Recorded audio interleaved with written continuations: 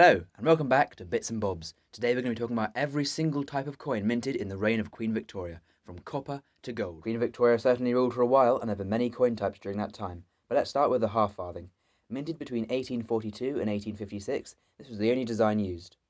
On the obverse was the young head portrait of Queen Victoria.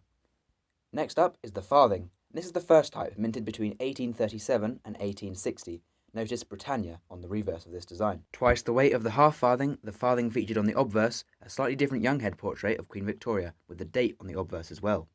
This is the second issue of farthing, minted between 1860 and 1894. We now see the word farthing on the top on the reverse and Britannia, and on the obverse is another young head bun portrait of Queen Victoria. And finally, the third issue farthing, from 1895 to 1901, the same weight as the second issue, but now the veiled head portrait on the obverse. Up until 1860, all the designs of the copper coins were the same. Here it is. The only difference was the size and the weight. The weight was proportionate to denomination, and here on the screen you can see all the weights and diameters of these coins up until 1860. The post-1860 designs of the halfpenny and penny were also the same as the farthing, just a different wording around the rim, obviously for the different denominations. And here is the weights and diameters again for these coins, featuring the same obverses as well. The obverse change dates were the same across all denominations, right up to the veiled head.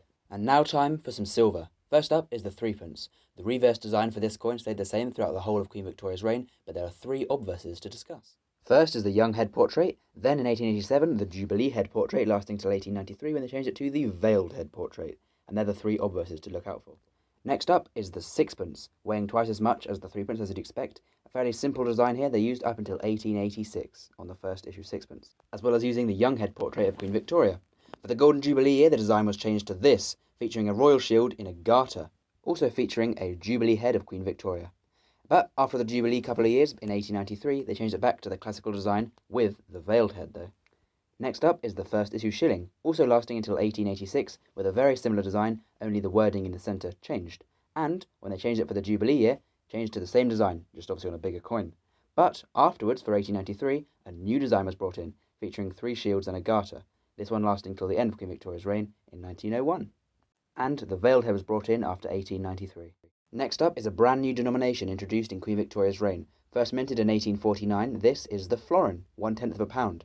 Having a beautiful design on the reverse, it didn't go down too well for the public, because on the obverse there was no reference to God. Nicknamed the Godless Florin, it was only minted for 1 year. Featuring the same weight, a similar design, and a completely new diameter, the florin was back in 1851, lasting till 1886. The Gothic florin now featured references to God on the obverse, and the public loved it.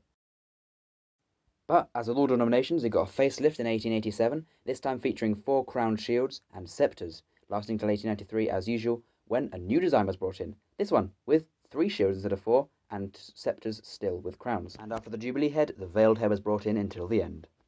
Now we come to the half crown. Here's the first issue lasting until 1887, featuring a crowned shield with the floral wreath around the side of the shield.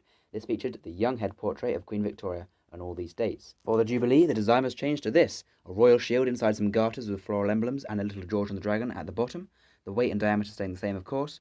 But in 1893, a new design was brought in as always, the spade shield for the half crown here, and as always, the veiled head on the obverse. And next up is another new denomination introduced in Victorian times, the double florin, only minted for 4 years, first in 1887 to commemorate the Golden Jubilee, has the same design as the florin through these years. In fact, it looks exactly the same as a florin, but it's just double.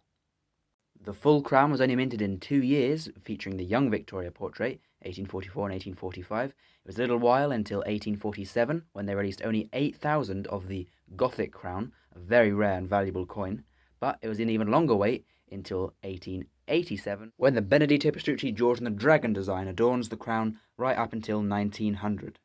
And the ones made after 1893 obviously have the veiled head.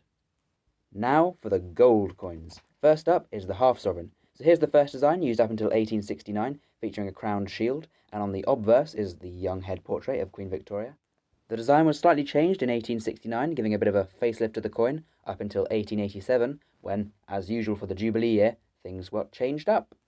Although not that much for the half sovereign, the main difference being the date now on the reverse, and of course, the Jubilee head on the obverse. And then in 1893, the design was changed to this. Benedetto Pastrucci's classic George and the Dragon design was now on the half sovereign with the veiled head on the obverse. Next up is the sovereign. So here's the first issue, featuring the same design as the half sovereign when it was first introduced, including the young head Victoria on the obverse. But in 1872, George and the Dragon came onto the sovereign, earlier than for the half sovereign. And now the date was on the reverse, the obverse was a dateless portrait of Queen Victoria. We then have the third issue, featuring the classical Jubilee head between these dates. And as by now you may have guessed, after 1893, yeah, you guessed it, the veiled head was on the obverse until she died.